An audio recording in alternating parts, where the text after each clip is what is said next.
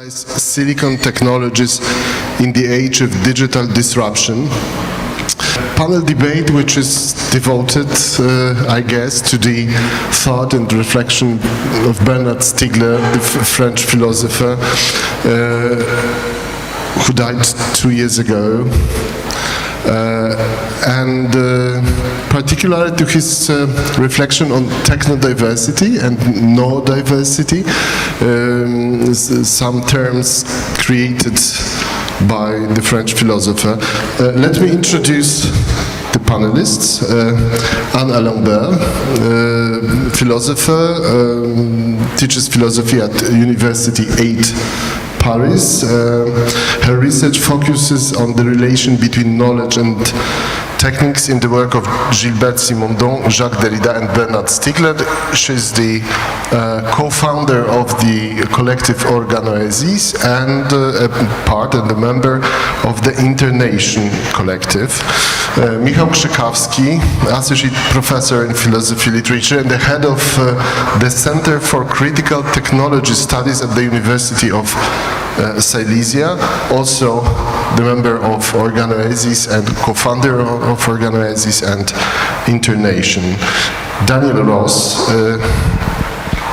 philosopher and translator of many books by Bernard Stiegler, including The Age of Disruption, Technology and Madness in Computational Capitalism, and author of the book of Violent Democracy and Psychopolitical Anaphylaxis.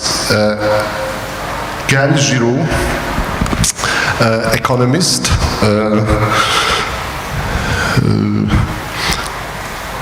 he served as chief economist and executive director of the French Development Agency since 2017. He has been a permanent fellow of the Nantes Institute for Advanced Studies, and since 2020 has been appointed as a research professor at Georgetown University, founding director of the Georgetown Environmental Justice Program. Michał Krzykawski will be moderating the discussion. And Michał, the floor is yours. Thank you for this kind introduction. Thank you for coming. Sorry.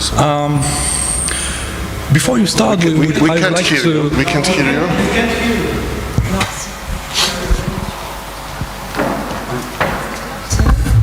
Oh, okay. Yeah. Okay. Yeah. So once again, thank you for this kind introduction. Thank you for coming. Okay. So before we start, I would like to very shortly introduce the general idea, the general topic of this panel.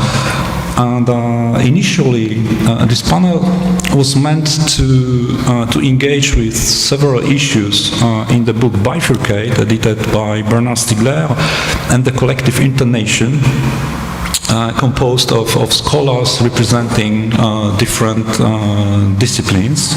And Dan and myself were members of this collective, and we co-authored several chapters of this book that Dan translated into English. And then we decided to ask Gaël Giraud to join our panel, and we are actually very happy that he has accepted our invitation. And there was at least two reasons why we did so. The first reason is that in this book, Bifurcate, we argued that the question about technology and the question about the living in all its forms, and especially in the context of biodiversity loss, are inseparable.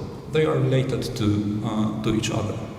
And Gaël takes the question about the living very seriously in his economic thinking, and moreover he argues that a macroeconomic model,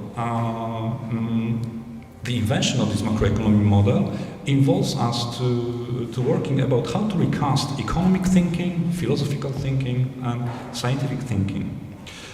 So this was the first reason. And the second reason was that Bernard Stiegler was perfectly aware of Gaël's commitments and his economic thinking which takes into account issues related to thermodynamics. And this is why he wanted to open a collaboration with Gaël Giraud, because he also worked on these issues related to thermodynamics, entropy, and biophysical boundaries of the planet. And because Bernard, as Pavel said, passed away 2 years ago, we just thought that we might try to hold this mixed dialogue between these two intellectuals as far as we can, especially in order to articulate the ecological and technological concerns of our times. Right? So this is how we have come up with the final idea of this panel, and in order to start the panel, I would like my first question to go to Gaël Giraud. And this question is about your project of the economy of the living, and about your attempt to rethink the economic process, taking into account the issues related to thermodynamics. Why this relation between thermodynamics, ecology, and economy is so important, and can it give us?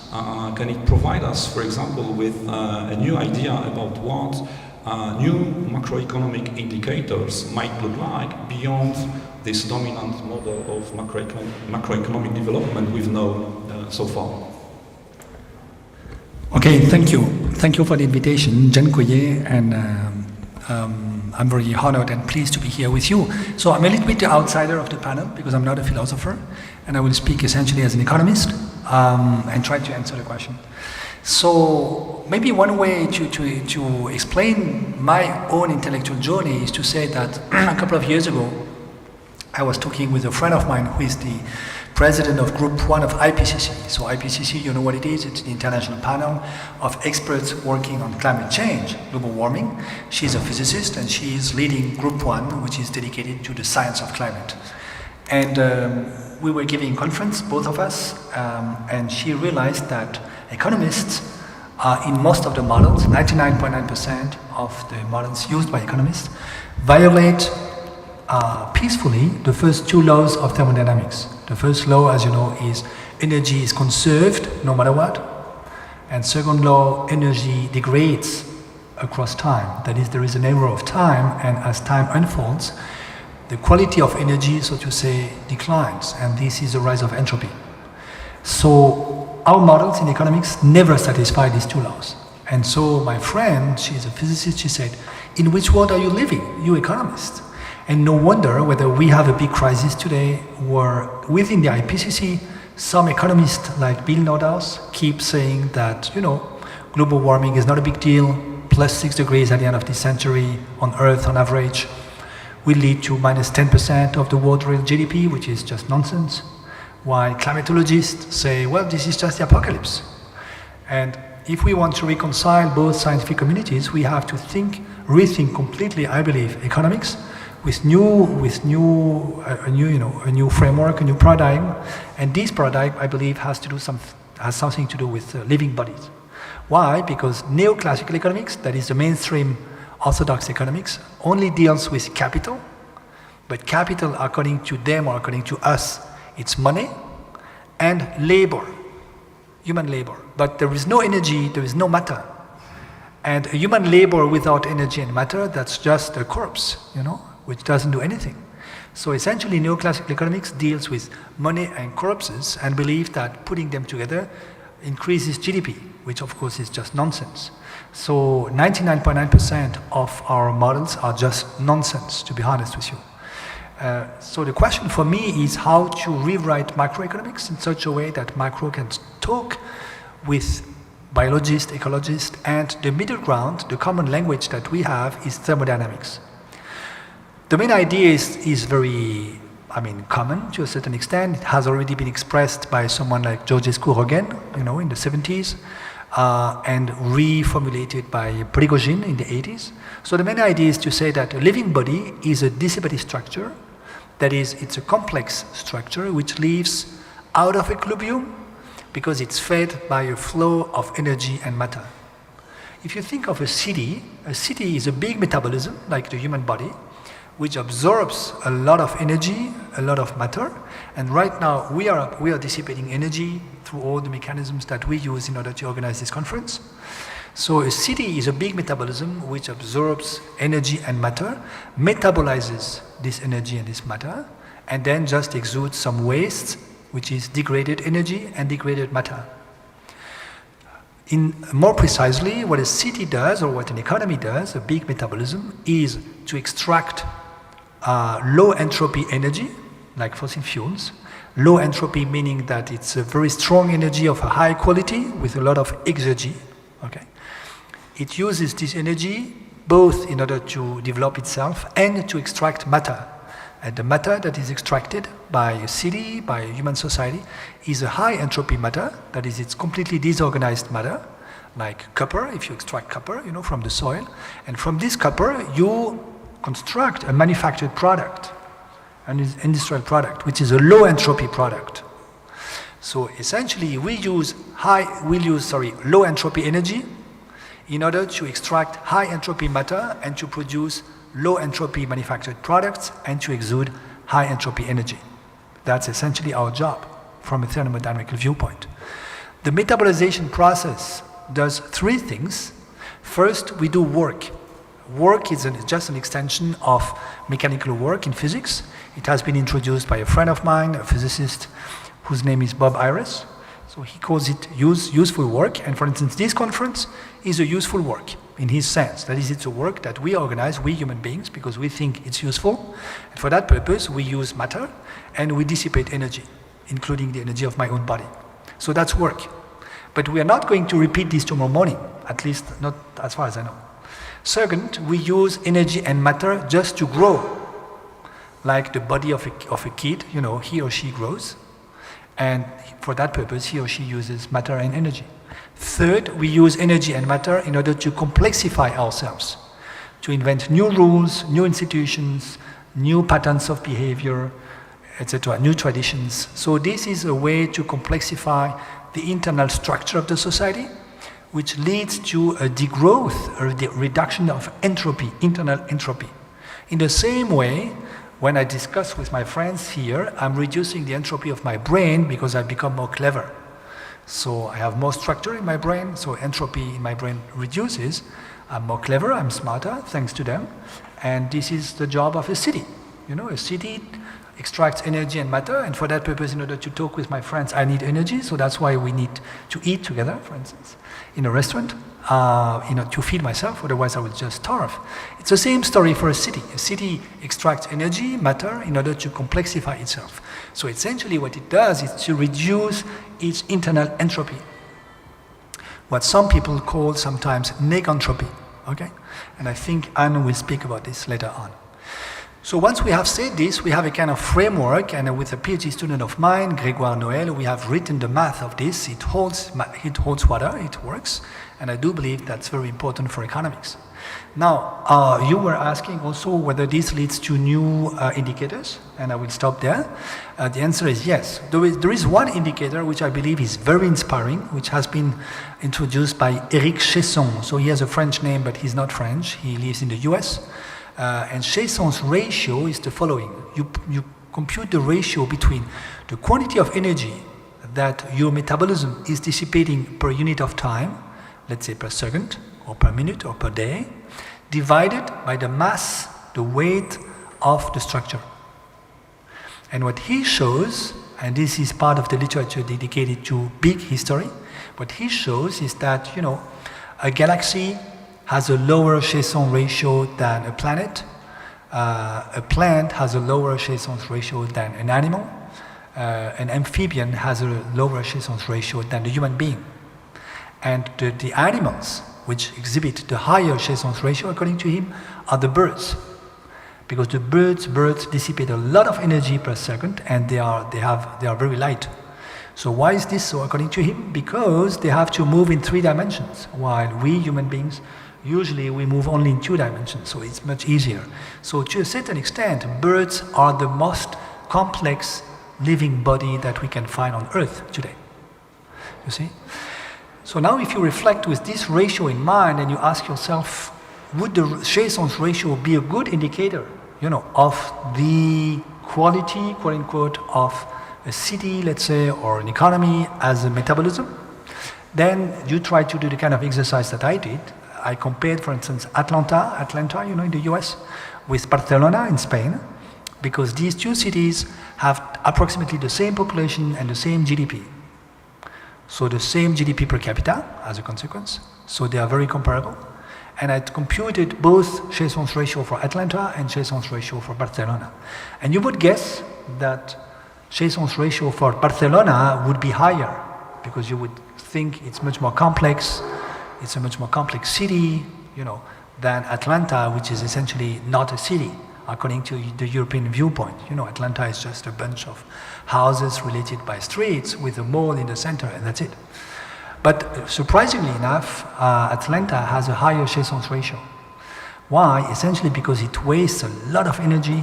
Just, people need to take a car just to buy cigarettes. So at the end of the day, the numerator, the quantity of energy you dissipate per unit of time is higher, but not for good reasons. So my viewpoint is that we should use something close to this, but replacing the quantity of energy you dissipate per unit of time by, let's say, the Human Development Index, the HDI, or any index of the quality of life of people. Divided by what? Divided by the weight of the city.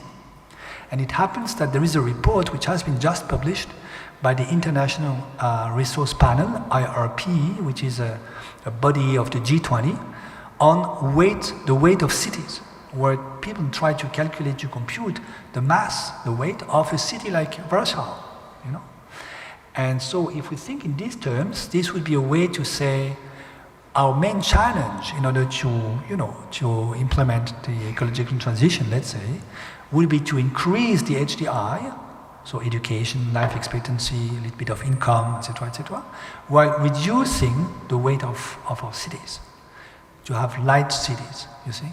And this would go in the direction of Eric Chaisson's ratio, I think, and would be probably a good proxy of the quality of the complexity of the structure of a city or a metabolism, insofar this metabolism tries to reduce its own entropy. So I will stop here. Thank you.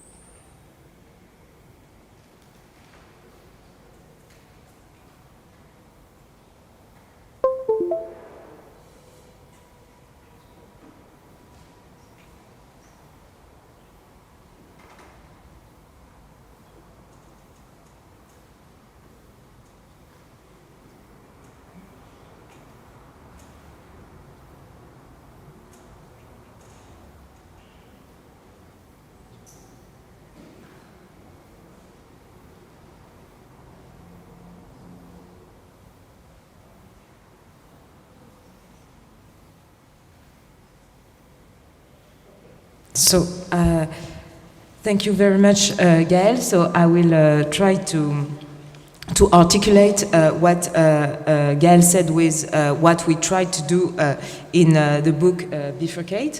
So, first of all, we have a common theoretical reference, all of us, which is the work of Nicolas Georgescu again, and precisely this article, which is called the entropy law and the economic process.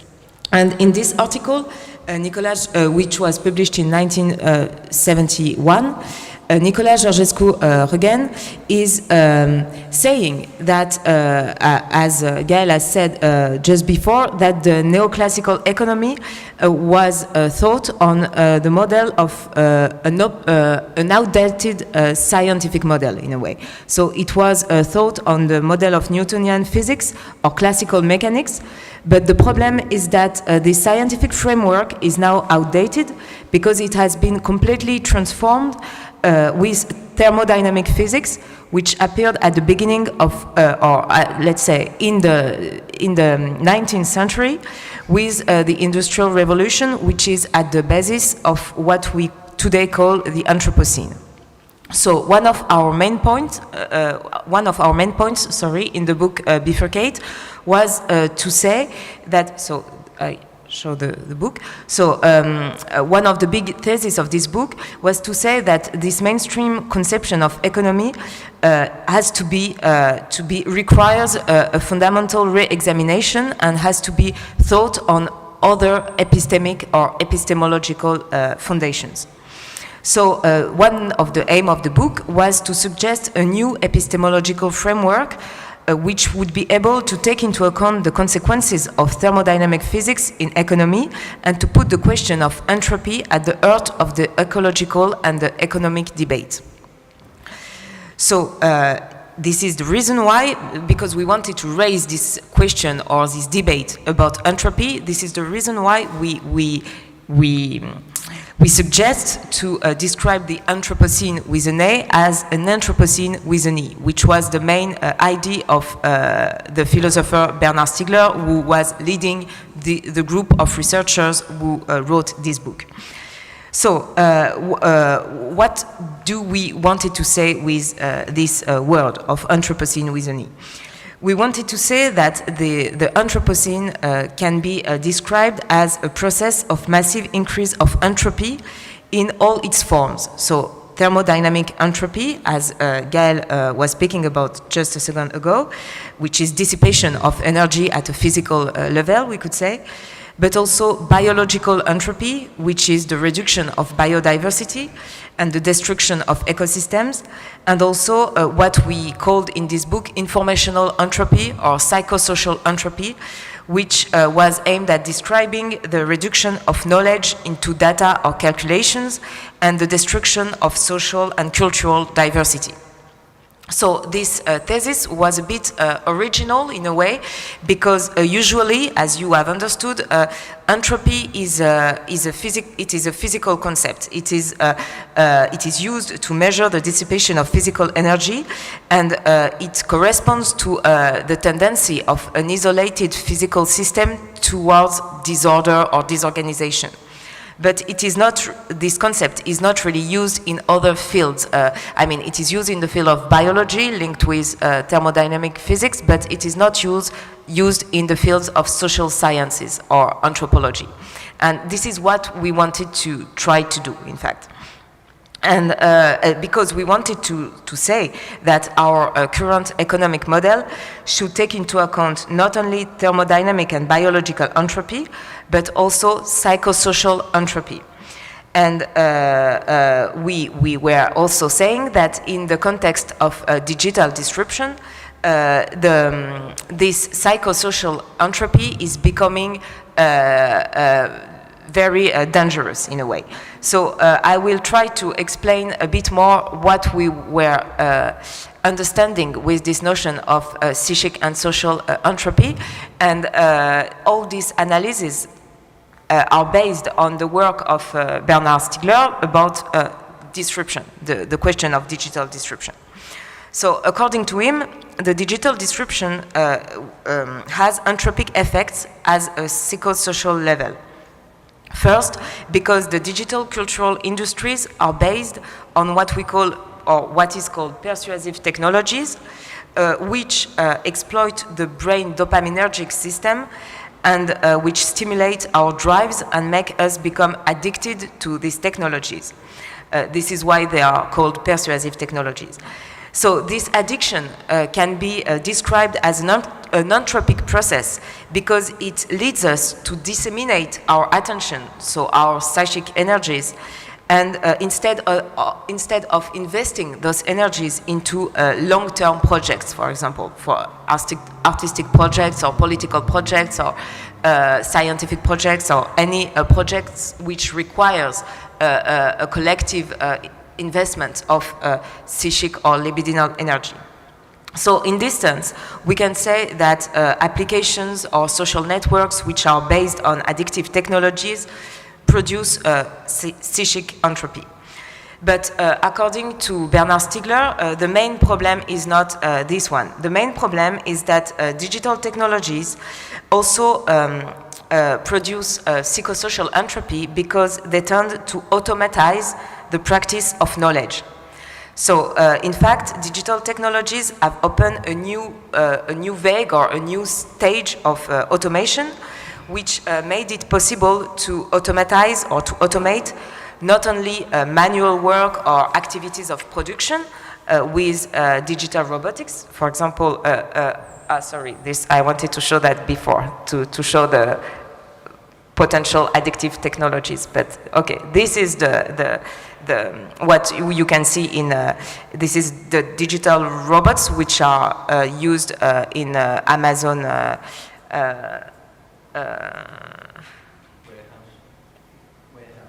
warehouses, and but digital technologies also. So they also imply most of the time an automation or an automatization of what we usually call intellectual work or activities of theorization, which tend to be automated through big data and algorithms. This is what was described in this provocative article, and also social knowledge or existential knowledge, which tend to be automated with connected objects and smart cities and all this kind of the digitalization of everyday life environments. So all kind of knowledge, so practical knowledge, technical knowledge, social knowledge, existential knowledge, and also theoretical knowledge can now in a way be automated, and this automation can become entropic, because the problem is when a knowledge is automated, it means that it becomes a procedure which is formalized and implemented in a technical system which works in the same way everywhere and which cannot evolve, which cannot be transformed in a way. On the contrary, when a knowledge is practiced by living beings, it is always practiced in different ways, so it produces some diversity in this sense, and it also transforms itself through time. Because when they practice a knowledge, the people transform it in a singular way through their practice. So, for Bernard Stiegler, the important point here is that through the practice of this different kind of knowledge, human societies differentiate from one another and evolve through time. So this different kind of knowledge are at the basis of cultural diversity and social evolution. So it can be very dangerous in this sense to eliminate knowledge through automation, because it can lead to an elimination of social and cultural diversity, which can be described as an entropic tendency at the psychic and social level, or at the cultural level, let's say. So in this sense, digital disruption can also produce entropy at the social level, because most of the time these disruptive innovations shortcut the collective rules of the localities in which they develop. For example, giant tech companies such as Google or Amazon impose their rules to territories in spite of local economic or political regulations, and this leads to a process of disorganization and homogenization, at a social level, which eliminates local institutional and legal local institutions, and legal differences, and which leads to what has been called algorithmic governmentality or functional sovereignty of digital platforms. So just to finish on this point, what we wanted to show in this analysis was to say that the Anthropocene is at the same time a problem of thermodynamic and ecological entropy, with the dissipation of natural resources and the reduction of biodiversity, and also at the same time a problem of psychic and social entropy, as the dissipation of psychic resources, attention, and destruction of collective organization or cultural diversity. So for this reason, what we wanted to do was to suggest to rethink economy on the basis of this analysis, in order to fight against the thermodynamic and ecological entropy, as Gaël has shown just before, but also against the psychic and social entropy. And this was what we were trying to suggest with the model of the contributory economy. So, Michał, maybe I can let you speak about this, and okay. Thank you, Anne. Yes, I'm going to follow up on one particular aspect of what Anne said, namely that of knowledge. Because knowledge is the pillar of what you briefly outlined as contributory economy, whereas the production of knowledge, as Bernard Stiegler argues, is what should become the meaning of work, defined beyond what we call labor. And I would like to discuss this link between the loss of knowledge and digital disruption, and also the link between the loss of knowledge and biodiversity loss. The loss of knowledge is, I argue, an ecological issue, and digital disruption has something important to do with this loss. Now, why am I claiming this? Well, if political ecology, in very general terms, is about taking care of the living environment as something which determines the quality of life and the quality of a given civilization, then it is really hard to deal with the ecological question today without taking care of the digital environment, precisely because it potently determines, as you know, the quality of our lives. And we all feel that digital environment becomes more and more toxic.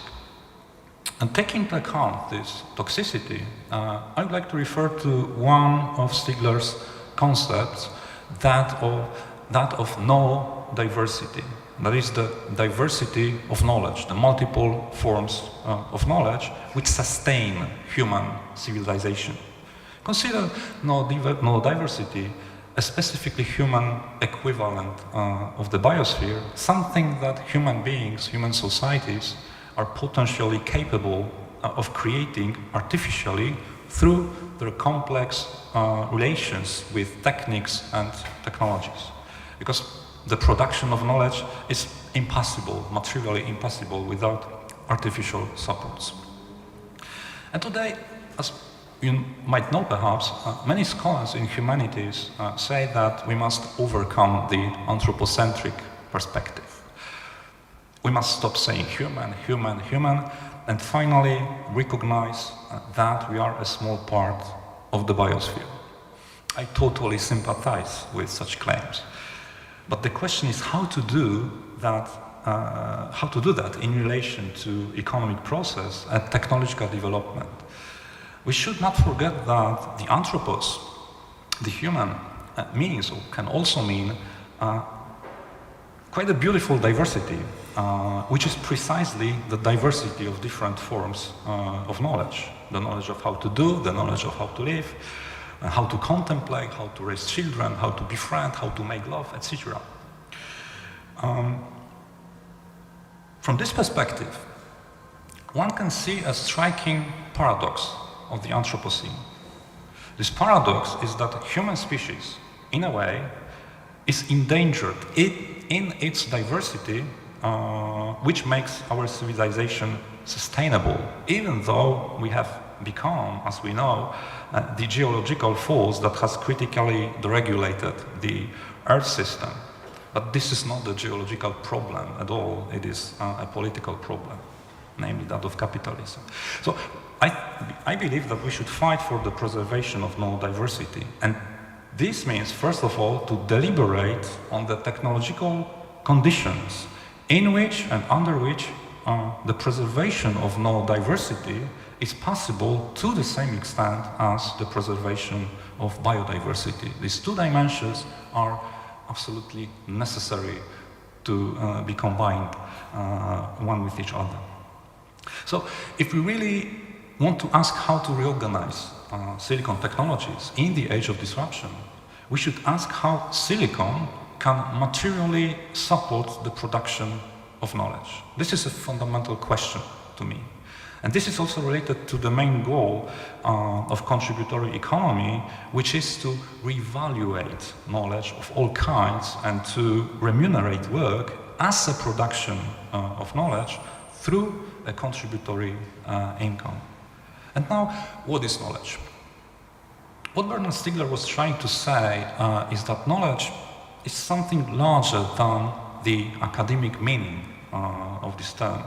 Knowledge is something which is also not reducible to information, because knowledge always involves a transformation of information. Knowledge is not data either, although we need data to produce new forms of knowledge in the digital environment.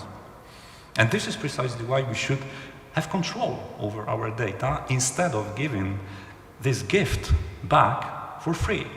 Because data comes from the Latin word datum, which means precisely a gift, a present. Data is what can produce value, and value is related to knowledge. Knowledge is what I am capable of doing by means of technologies that I have at my disposal, no matter if I am a scientist, a gardener, a programmer, a nurse, or someone else. Now, I do not really think that digital disruption fosters the production of knowledge. On the contrary, it fosters what Bernard Stiegler called proletarianization, and Dan will elaborate a little bit on this, on another concept of Stiegler. Firstly, because it reduces what we can know to quantify the data. So the big issue with digital disruption is not only the fact that digital industry potently remains a neo-colonial and extractivist project, as we can see upstairs, even though it is essential, of course, but what is also problematic is the fact that statistical quantification digital industry is based on short circuits all kinds of more or less local relations that are essential to the production of knowledge, to the production of knowledge diversity. In a nutshell, digital disruption is not ecological on many levels because it reduces technology to a mere functionalism. Moreover, it does not really promise a better future because quantification as well as computation and automation can only enhance what is already here, right? Make it even more efficient, more compressed, faster. And this has no future, at least on Earth. So to know is not to disrupt. The ideologues of disruption say that we cannot avoid it as if it were our fate. There is one direction of the technological development, and we, societies or individuals, have to adapt. They also say that societies must become resilient in order to absorb the technological shock. This word resilience is somewhat over-abused and very fashionable, so we have to take care about it, and then we'll go back to this too. And so what these ideologues really want to say is that there is no alternative, right? And in Bifurcate, we have tried to hijack this neoliberal slogan, now libertarian. We say there is, in fact, no alternative because we must bifurcate, we must produce the improbable. And what Bernard Stiegler was trying to say through his sophisticated and complex concepts is actually a very simple message. This message is that we are still able to transform what made Uber, Facebook, or Amazon, as well as chatbots and other AI systems, possible into something better. But we need new concepts for such a transformation.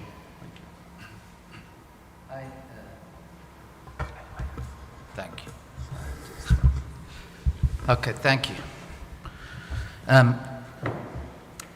Michał gave some good reasons why we invited Gaël here, but he didn't really tell the truth. Really, what we're trying to do here, the three of us, is to set a trap in order to force him to listen to us for half an hour or an hour.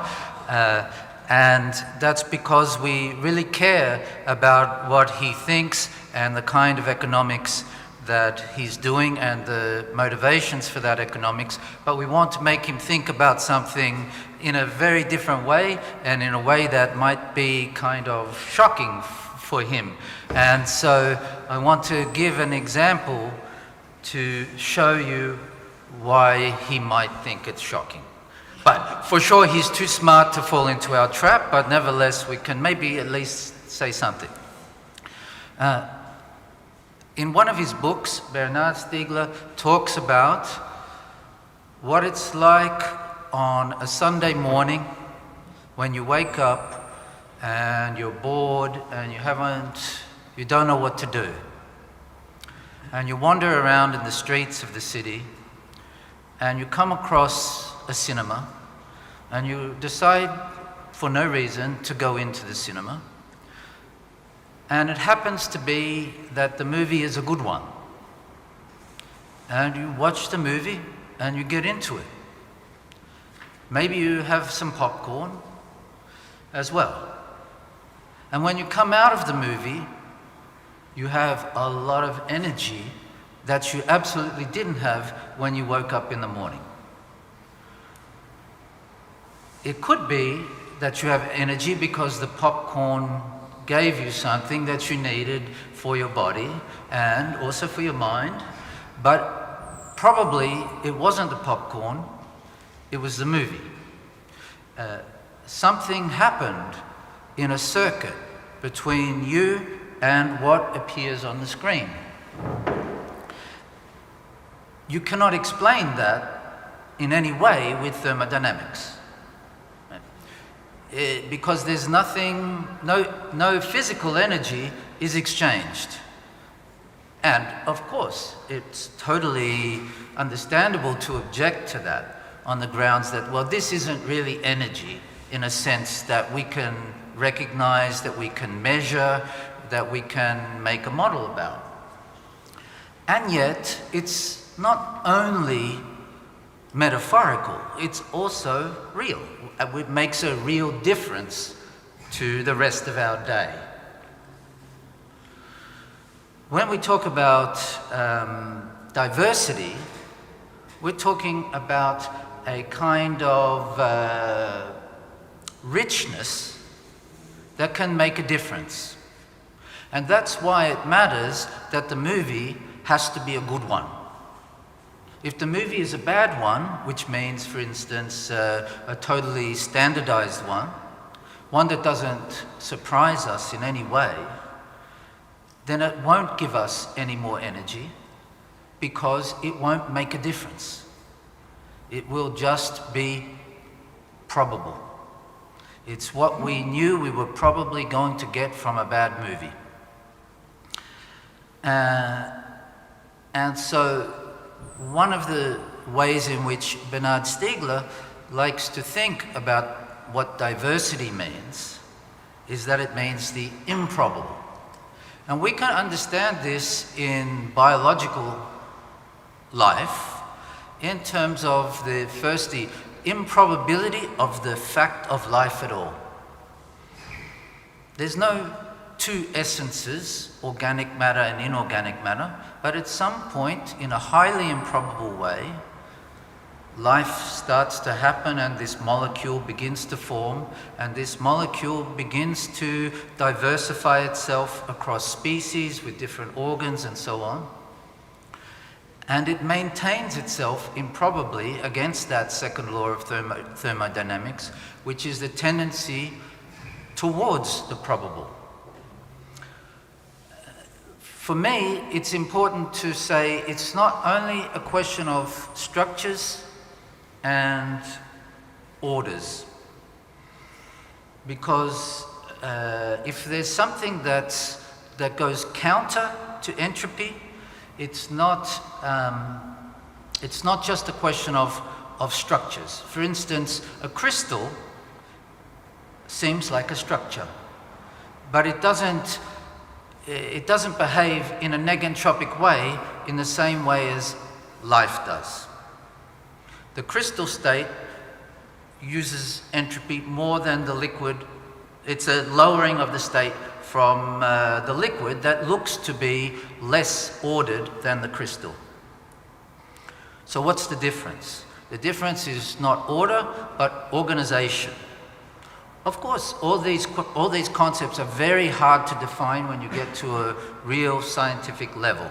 But organization means that all the parts are strongly connected with each other, and that it unfolds as a kind of history of a crisis situation, in the sense that if it doesn't keep using energy in a particular way, it falls apart. What we want to say, I think, is that the kind of life that we are is a different kind of organization. And it's different because it doesn't just go through our body or our species, but through an outside that is not organic at all, but it is organized. This computer is not organic, but it's organized.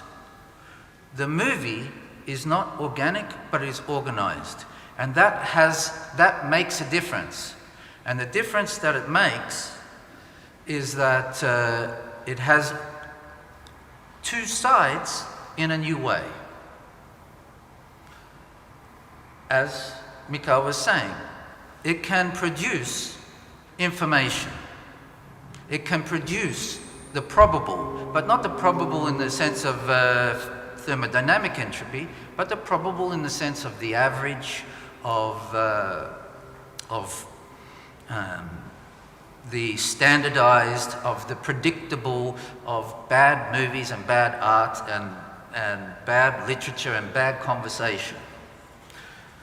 Or it can produce a real diversity, in the same way as negentropic processes of evolution, of the evolution of life, produce real diversity. And it's never one species in an ecosystem that is resilient. It's the proliferation that produces that ecosystem that is the resilience. And in the same way, diversity in human life is not a question of going to the supermarket and seeing that you have many choices of white bread. This is not or laundry powder. This is not diversity, because it doesn't make any difference. What's diversity is when this proliferation makes a difference to your life because it contains surprises, the encounter between singular existences, Gaël's existence and my existence, in our singular histories, that produces a tension out of which something surprising can happen that we weren't expecting, even though we planted the trap. And so for us, resilience is the question, and diversity is the question of how to use these technologies that can so easily be used to reduce everything to calculable information, to instead generate and intensify and make wealthier and richer the singular existences of our individual lives and our collective lives, such that together we have a resilience that's necessary, because if there is a problem in this Anthropocene, and the fact is that everybody knows it, and yet we never managed to find the will to solve it thus far, we could say that this is because the powerful interests control things. And obviously that's true in many ways. But that's not good enough. The problem is also ours, that we can't find the will to take care in the way that we need to as well. We too are like the person who wakes up on a Sunday morning and doesn't have enough energy to really care. And the solution to that is not to get away from technologies, but to find technological mechanisms that can help us to foster our differences in order to create good tensions and make good differences. Thanks, Dan. We talk a lot, but we might continue, but we would be happy to take some questions before continuing.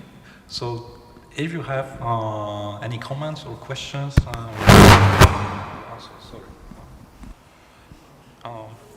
Yes, because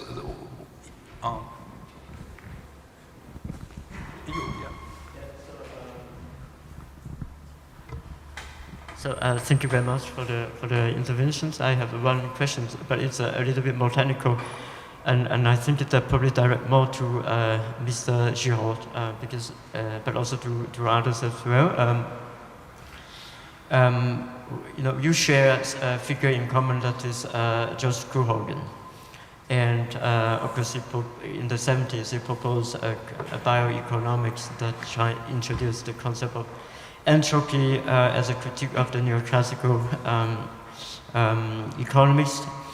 But in the work of George Giraud, here I refer to his writing on entropy, he rejects the relation between entropy and information. And this is very clear in his entry for the new paragraph Dictionary of Economics.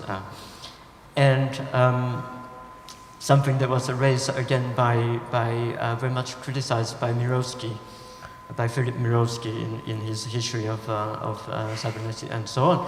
So I wonder, you know, how would you come, you know, when we talk about entropy and George Giraud today, and the fact that we are actually in a kind of information world or digital world, how would you reconcile these two? You know, after George Giraud, his notion of entropy and the entropy that is used in information theory.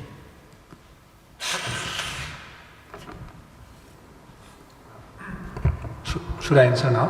Okay. Yeah, thank you. It's a big question. Thank you for raising this question. So just, I don't know whether everybody knows that, but there are at least two ways to understand entropy. So there is the thermodynamical way, which is a way to say, just to understand how it works. Suppose that you take this box, okay, this square here, and you look at all the particles which are in this square. And you look at the probability according to which the organization of these particles may happen. So if the particles here are highly organized, the probability that this happens at random is very low. So that's why entropy is low. If particles are just spread, you know, randomly, then the probability is high and entropy is high. So that's the Boltzmann interpretation. Ludwig Boltzmann, you know, the German physicist from the late 19th century. That's the usual interpretation of entropy by physicists, which goes back to the end of the 19th century. Now, there is a second interpretation which uses the same word, entropy, put forward by Shannon in the 30s and 40s of the 20th century, which says something completely different, apparently, which is that there is a quantity of information transmitted or transferred in a message that you can compute, and which is entropy. So, for instance, when I talk to you, and if there is a lot of noise, like this, when I talk, because we are in Beirut 86, then the entropy is high because there is a lot of noise that you have to get rid of in order to understand what I'm saying. You see what I mean? So that's the entropy in the sense of Shannon, so to say. And then there is a big theoretical question, which is, do the two entropies coincide, or are these completely different concepts? So now, part of my answer to your question is that I don't need both definitions to coincide. So, I mean, I'm okay with that. Now, it happens that there are a number of people, physicists, who claim that they can prove that both coincide. I'm partially convinced by the proof, which is the fact that in order to increase the information, in the sense of Shannon, you need to add some bits, you know, somewhere, and a bit can have a thermodynamical translation in terms of the quantity of energy you need to add one bit. There is a minimal quantity of energy which is linked to quantum mechanics. So, you know, a bit is just to change a 0 into a 1 or 1 into a 0. And from quantum mechanics, you know that this requires a minimal amount of energy. So these people go in this direction in order to claim that both definitions coincide. Fair enough. I don't need this. Maybe they are right, maybe not. I'm not a physicist. I'm partially convinced, it seems to me to be convincing, but I know that it's quite controversial today. And in any case, I'm happy that if both don't coincide, I'm happy with that. You know, entropy, in the sense I was using it, and I guess most of us are using it today, is a way to describe for me, the institutions, the rules, the patterns of behavior within the socio-metabolic body that is a city. For instance, just the fact that we drive on the right, while in South Africa, where I was yesterday, people drive on the left. So it's just, if you try to change this, it's a big deal, So it's a pattern of behavior which has been imposed by conventions, time, and all this, which structures a lot how people interact with each other. So this is, for me, it's part of the structure, and it has something to do with entropy in the sense I use this word. So that's a simple illustration. I don't know whether I answer your question, but I hope so.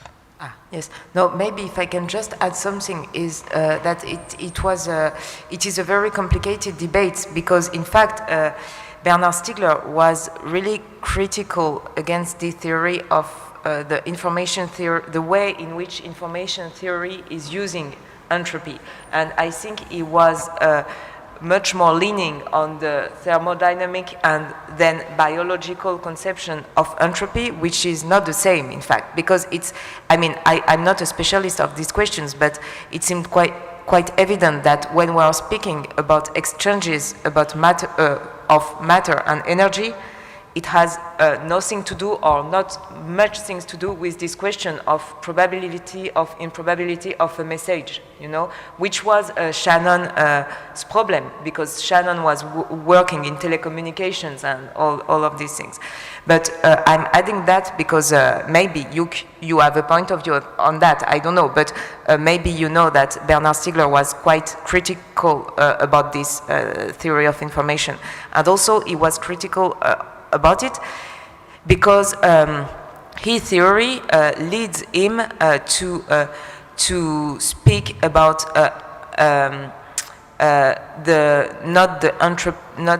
to measure the probability of a message, but to measure in a way the destruction of knowledge through information. This is what Michał was speaking about. The fact that, a knowledge is something which is living. In a way, a knowledge is always, it always belongs to the living.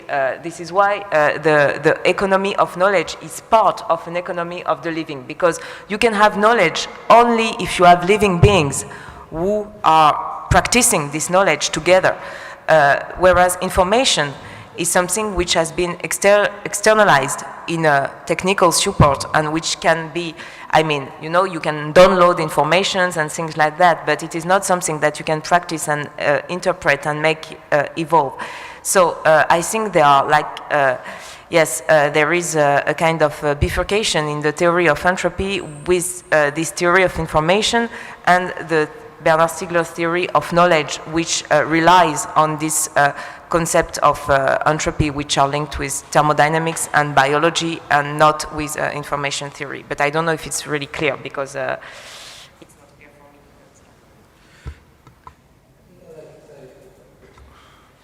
Yeah, I think I'd like to say one thing about that too, because we keep talking about the distinction between knowledge and information, and I think we can give another example or two to help to make it clear.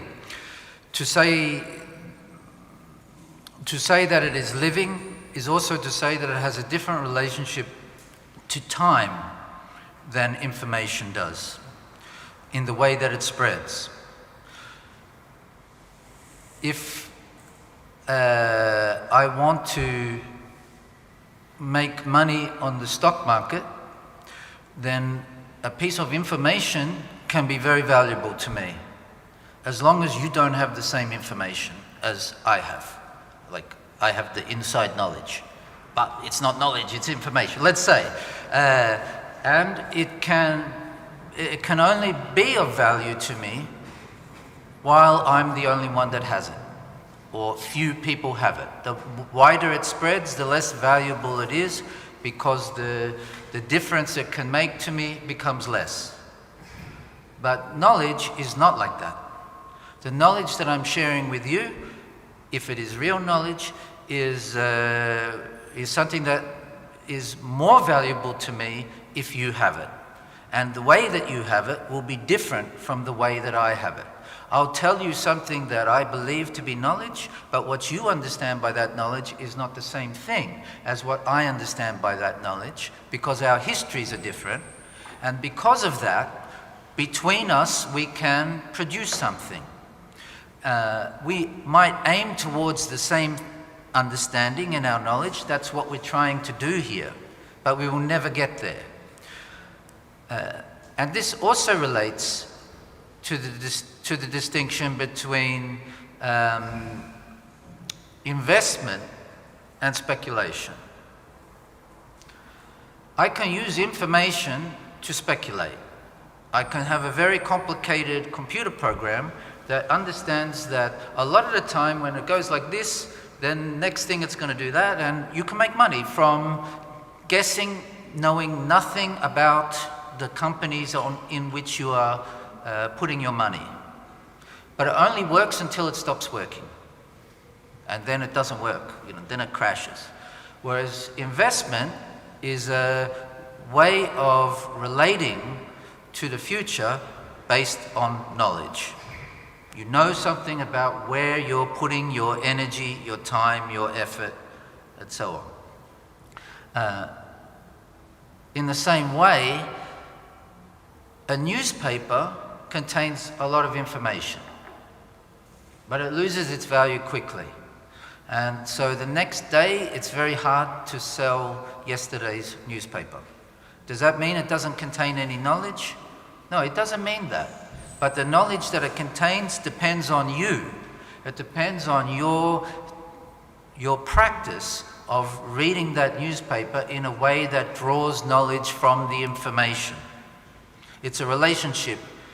And so knowledge and information in that way are not an opposition. Something that it seems to be purely informational might in fact be a source, an exteriorized source from which you can create knowledge if you use an old newspaper as an archive, as a document, something like that. But as a source of news, it runs out.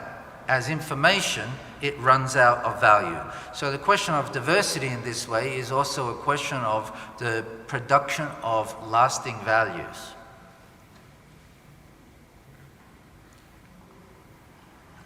Yeah, I don't have much to add to what you've said, right? Because I think that the production of knowledge is precisely essential, right? If we want to really discuss an alternative beyond the state we are in, right? Because, entropy in very general terms is the tendency of systems and organisms to lose their potential to recreate their energy, right, organization. So, and the knowledge, the production of knowledge is something megantropical, right, quite contrary to information.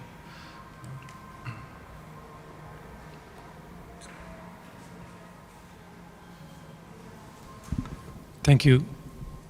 Yes, thank you very much for sharing your thoughts. I will attempt 2 questions. The first one is for Gaël. And so you described this process of what the city does as a process of extraction of energy and matter.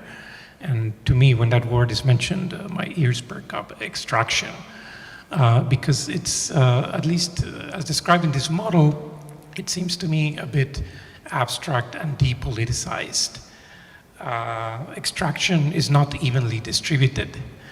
And so the problem is that we already have light cities, or at least we have cities that are lighter than others. And the reason why some cities are light and some are heavy is because of politics and history. So my question to you is there a space in this model for politics and history? The other question is for Anne, Dan, and Michał. And I guess I just want to understand better this notion of diversity and how is it enough to rescue the technologies that we already have? I mean, to put it in very simplistic terms, I guess this is the question of whether the master's tools can dismantle the master's house. Can we diversify the technologies that we already have and change them significantly? Or do we need completely different set of tools. I guess I didn't understand that equation very well. So if you could speak more about it, I would appreciate it. Thank you. Yeah, thank you for this other very interesting question. The way I would answer to it would be to say, of course, hopefully there is room for an analysis of power inside this big thermodynamical paradigm. Insofar, the structure of the metabolism depends upon rules, institutions, and relations of power. So the way I try to understand it, at least in my book, which will be published in October this year in French, is the following. It seems to me we can rely on the beautiful work by Elinor Ostrom, who is she was an American, US-American economist, or political scientist, who got the Nobel Award in economics, in 2009. And she, working on a huge literature devoted to the commons and commoning, she uses to divide goods into 4 categories. Private goods, public goods, which are dealt with by the state, let's say a state-owned bureaucracy. Commons, which are dealt with by a community, which shares this resource and tries to find rules so that everybody gets a little bit of it in order to keep the resource. And tribal goods, or network goods, which are reserved to a tribe, which share the goods only within the tribe. And so we could try to analyze the various institutions and the way they shape the structure of a metabolism using private ownership, public ownership, commons, and tribal ownership.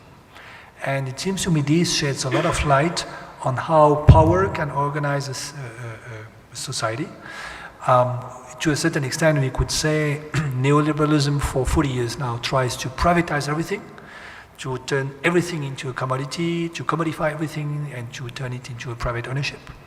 And on the other hand, we could say the Soviet or the Chinese experiment was a way to try to absorb the entire social sphere within the state-owned ownership. So both are just very frightening, and the issue is how to escape from this dilemma, which is just leading to death of the metabolism. And so today, it seems to me, the destruction of our social bounds by neoliberalism, by the privatization, leads to either the commons, and there are a lot of initiatives taken in the direction of commoning, or tribalism. And there are a lot of initiatives, unfortunately, taken by poor people and very wealthy people, both, who try just to save themselves by organizing tribal relationships.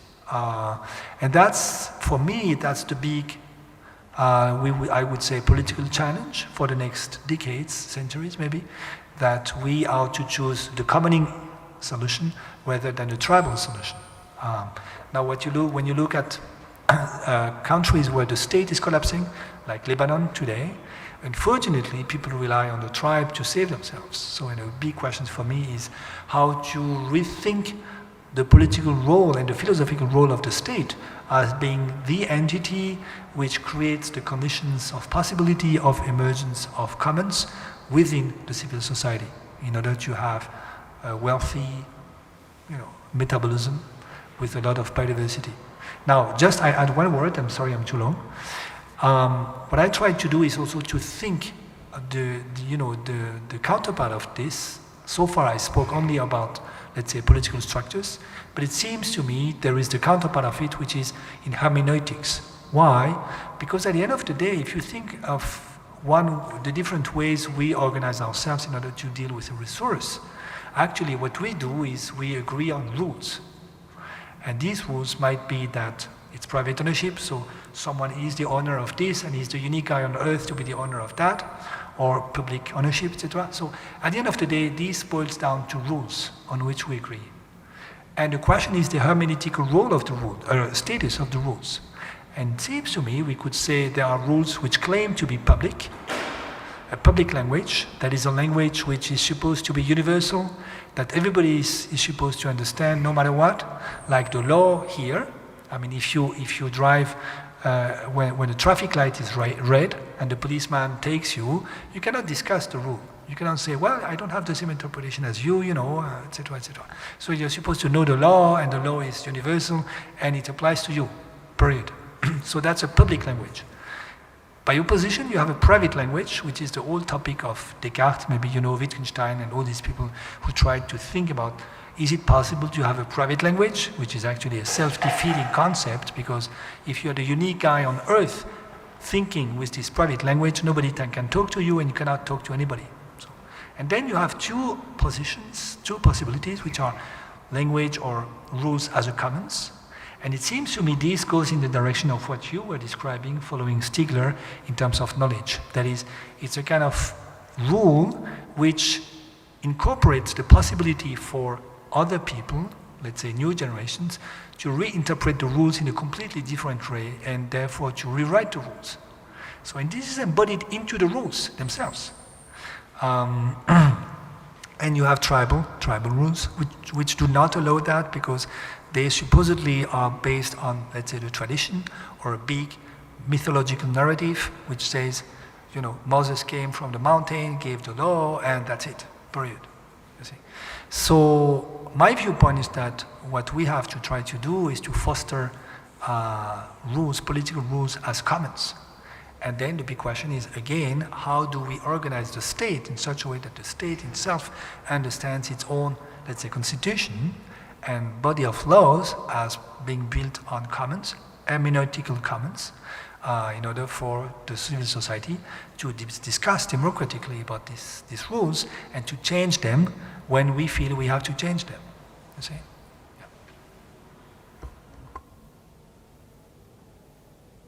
Yes, maybe I will let you answer to the technological question if you want, but just I add a word on what Gaël just said, and also to link this with what Dan was saying just before about the difference about information and knowledge.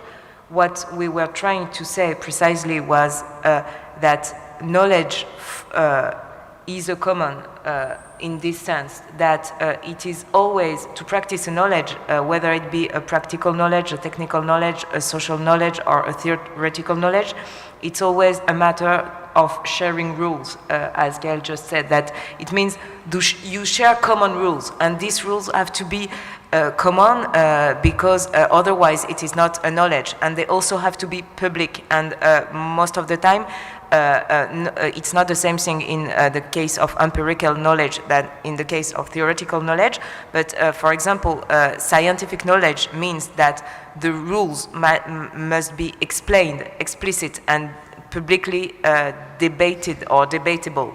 So it's always, so this is why we are also trying to articulate this contributory economy, which is an economy of knowledge with these questions of the economy of the commons. Because at the beginning, the definition of Ostrom, I'm not sure about that, but I think is really about the fact of sharing common rules in order to organize, to share, for example, a material or a natural resource. But the point is like how to organize together through sharing some common rules. So yes, I just wanted to make these points. But yes, so now the question about technological. Maybe you want to say something about that. Quickly, you know. I thought I heard all of you say in some way that diversity is going to be a means, or it can be applied as a way to transform the technologies that we already have. And so I'm wondering about the limits of that. To what extent do we need to start from scratch, or to what extent do we take the technologies that we have and diversify them to change them? It's a very complicated question. I guess it kind of sounds like, with that question, that there's technology on one side and diversity on the other side. And I think that what we want to say is that it's more complex than that because they are interrelated with each other. For us, all knowledge is technical or technological. In the sense that if we even need to use a word knowledge, it's because for animals, They don't need to have knowledge to decide what to do in the same way that we do. We have to decide how to live. And to decide how to live means to have different criteria to make those decisions. And those criteria change over time and are always a product of a history, and a history that has transformations, and that history is always a technical history. So,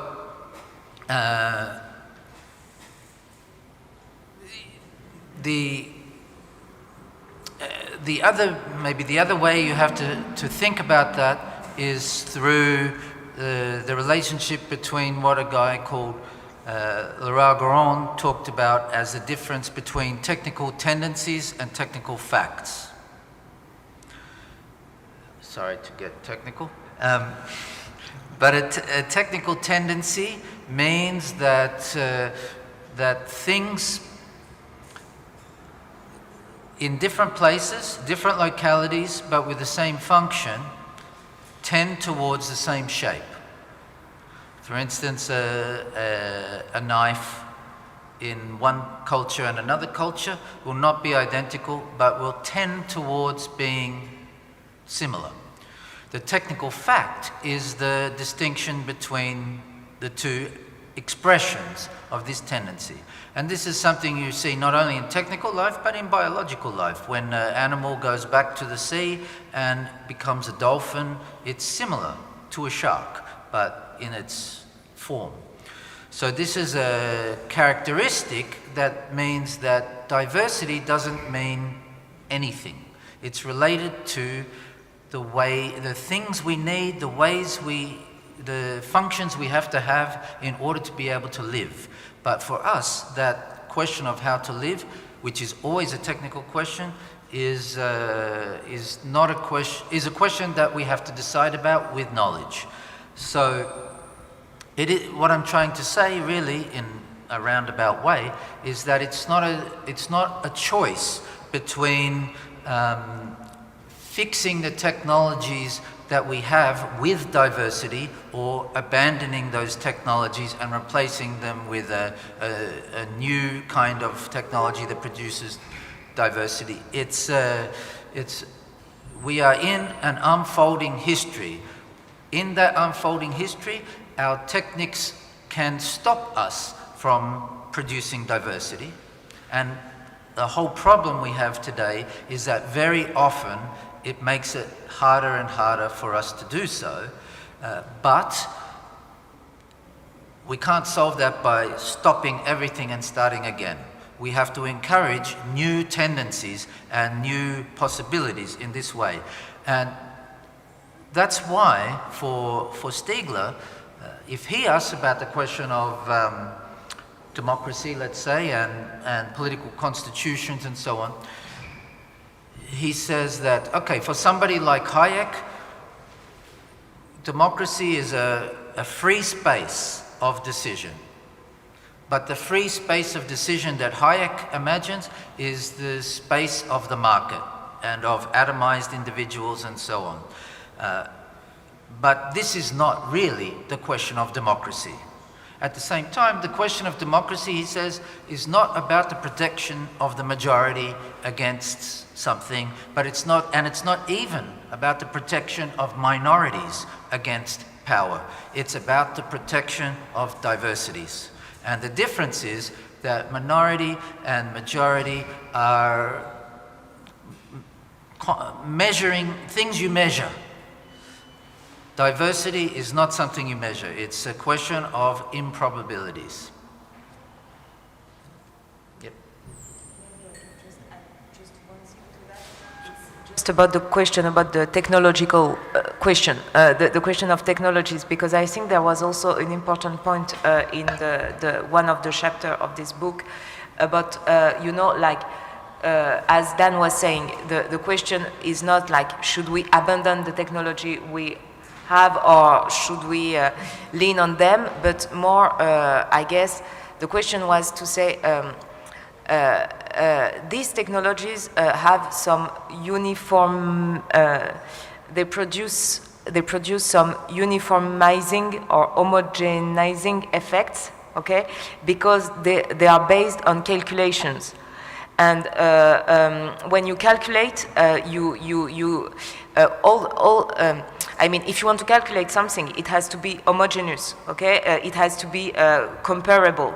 So the question was, how could we introduce into those technical systems some deliberative process or some hermeneutic process? This means activities which are decisional process. This means activities which requires process of interpretation or deliberation or reflection, which are always singular, which you cannot calculate, because the way in which you will interpret something or the way in which you will decide always depends on the context or on the local context where you are. And this is not something that can be calculated automatically, okay? It always requires a singular effort in a way. And I think that, yes, what we were trying to, I'm sorry because it's not concrete, but it has concrete technological implications, which are, how could you manage to introduce some interpretative process into these technologies, which are computational technologies, in order that they are not just computational systems, but that they also require human activity. And I think this is also an important question. Yeah, actually, the contemporary technical system is an abstract machine. Whether the challenge is to retrieve this purely empirical dimension of technical life, right?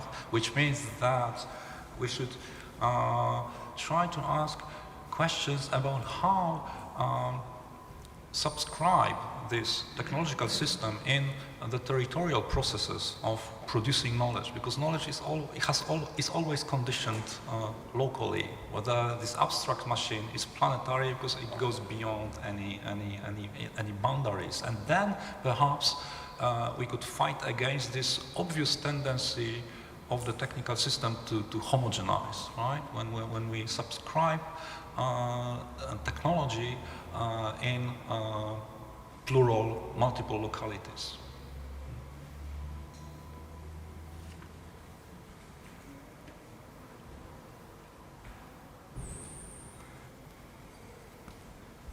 Thank you very much for your presentations. I keep looking at the cover for the book, and I think it is a very, very symbolic. The question that I would have is,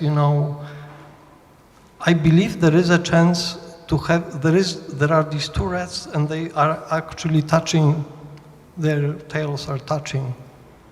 And I'm curious if there is a way to create a situation when there is a relationship between these two rats and there is no symbolic violence between the two. And this is my question for you. For example, an idea of creating communities, and there are such communities which completely separate themselves from certain technologies. And I would be curious about hearing your opinion about situations where there are communities that truly are trying to preserve and their own identity without subscribing to the global. Because I understand your concept that everything needs to be truly global. So I would be curious about, is there a way to create intentional communities that live outside some of the so-called progressive world?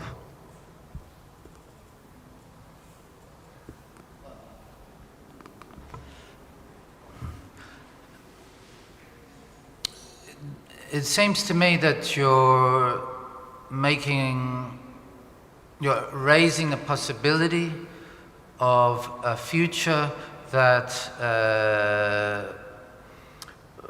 where groups separate themselves from what you're calling a global system, right? Fair enough.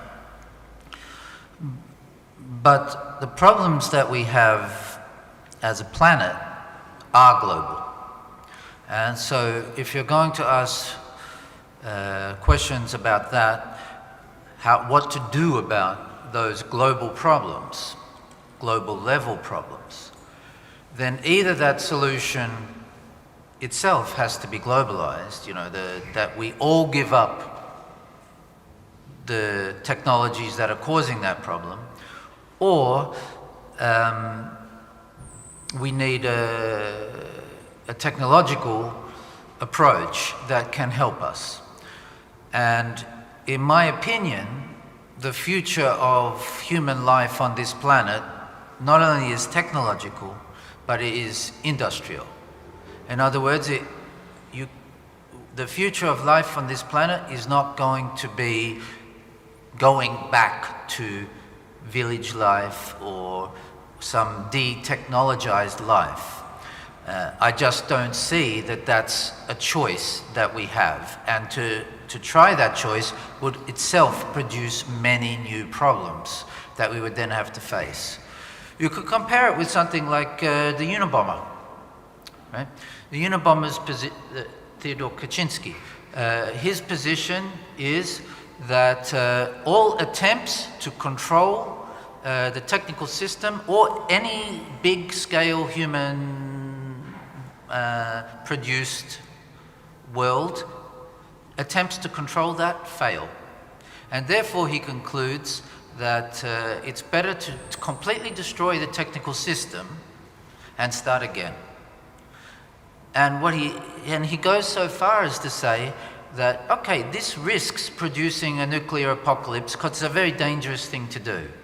But in this choice, it's better to have the nuclear apocalypse and because the biosphere will survive, rather than to keep going in the technical system we've got. Now, I don't agree with his position because I don't want to have the nuclear apocalypse. I don't want to be put into that position. And so I think that unless we want to take his position, our challenge is to find not a solution that's technological, but approaches that can help us renegotiate the relationship between the technical systems and the industrial systems that we have, and a world in which diversity of all kinds, biological, informational, and so on, psychosocial, as Anne said, can coexist in a mutually reinforcing way. Maybe it's as impossible a dream as the Unabombers, but it's the only one that I can believe in, however impossible it may be. Yeah, I can add a few words.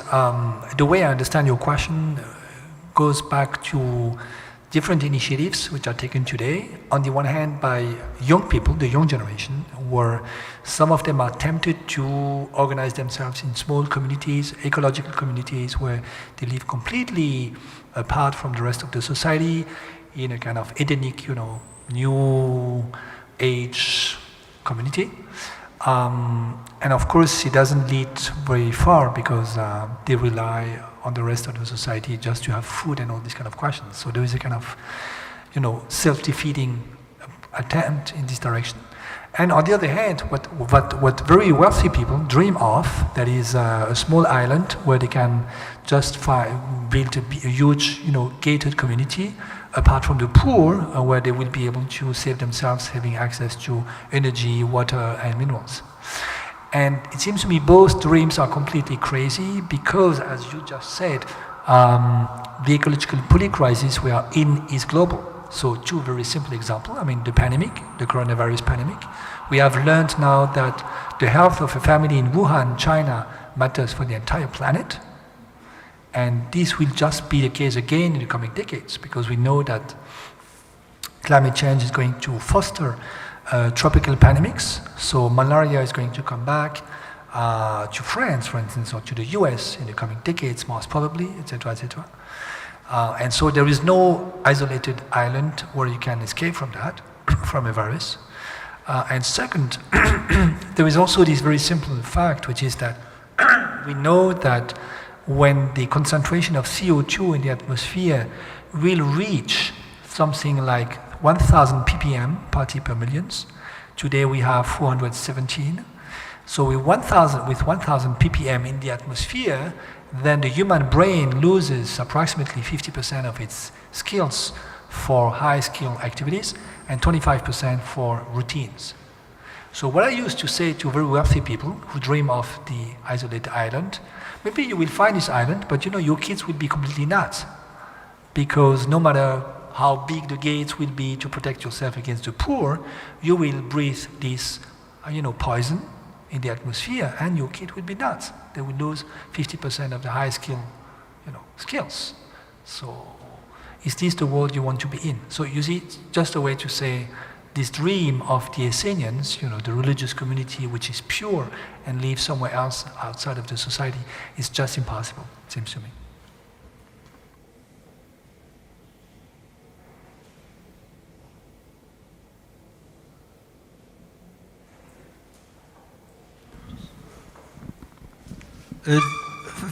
This is a fascinating world that we can discuss and conceptualize. I've been thinking, at some point, what makes life and living matter different, and where life ends. I interpreted life, living organisms, as fighting the disruption from the material world. And it's every day that we seem to endlessly fix what the material world is breaking down for us. And when we lose the will to fix what's around us, we die. And it's a little bit of how I interpret entropy as distinct feature of what a conscious living being can do. And we live a constant fight. And now the question is, from a cosmological, perspective, the axis of time may be symmetric, but the way the politicians, which kind of rule our world, make decisions is often by trial and error. It's in a naive way thinking that they can please the electorate by a small change, but at some point the time axis is not going to allow for correction. A disruption might make the world irreversible. We know it from the climate perspective, but I guess it can happen on many different levels. So disruption within some bounds might make experimenting with the world around us to find a better global optimum. But the trick is to be aware of the bounds which make it possible to go back to fix, or sometimes it's too late. So that's exactly it. Every system exists within those bounds that make it possible not to be stable, but to be more or less stable. And that means also more or less unstable. And sometimes you're heading towards those limits, those boundaries, without it being visible straight away, because it's under the surface. But at some point, you encounter those limits. And when you encounter those limits, the only choice is to transform or to collapse. What Stiegler is saying is that we're living in a time where we're encountering those bounds more than one at a time, all together at the same time. It's not just climate, it's also the limit of the economic model that we're living today. And these things clash with each other too, so that people can say that trying to solve one will also solve the other, but it can also work the other way. But also that one of the bounds that doesn't get talked about as much is not just something like a financial crisis along with climate change and things like that, but also a bound of the amount of knowledge we can destroy, the amount of thinking capacity, the amount of time for reflection. When you begin to destroy those as well, you also reach a limit. And if you reach all of these limits at the same time, then you really face a situation where unless you produce a process of transition to some other kind of system, it's guaranteed that you're going to collapse.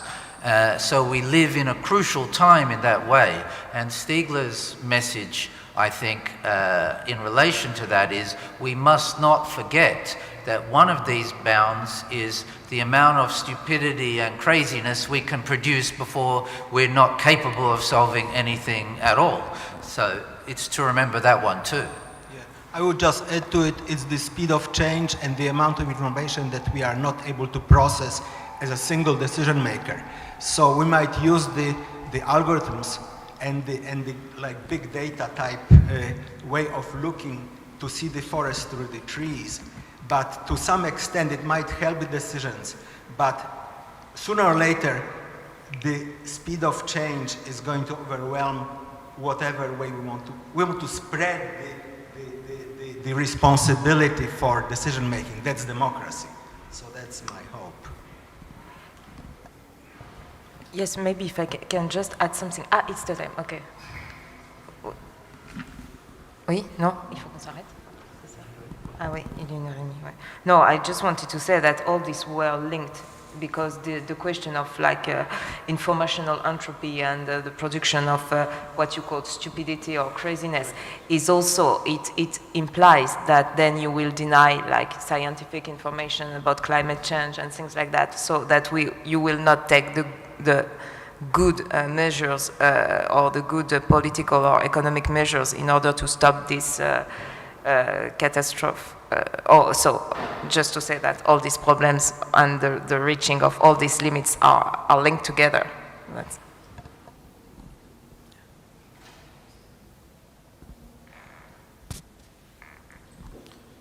So if there is no further questions, I think we can stop here.